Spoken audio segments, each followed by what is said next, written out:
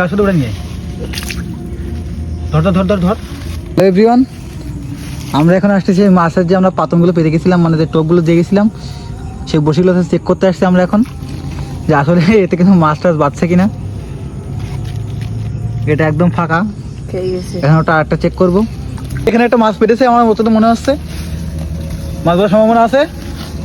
জড়া ফেলিস কই মাছ, জানতে জানতে এতে মাছ পেটেছে এভরিওয়ান।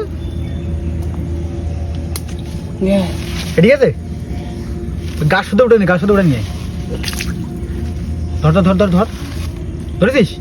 অনেক আছে তুই নিয়ে গেছে গাছে ছাড়া পাইছিস।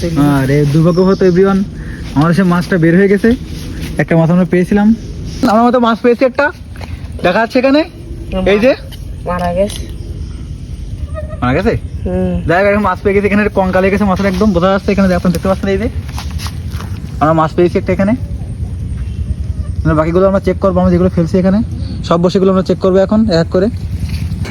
এখানে একটা কুচি একটা মাছ বেড়েছে, এটা ছোট একদম পিচ্চি মাছ। কি মাছের? শোল মাছের, শোল মাছের না, শোল মাছের সা। যাই হোক, শোল মাছের সাপ হয়েছে এখানে একটা বাচ্চা।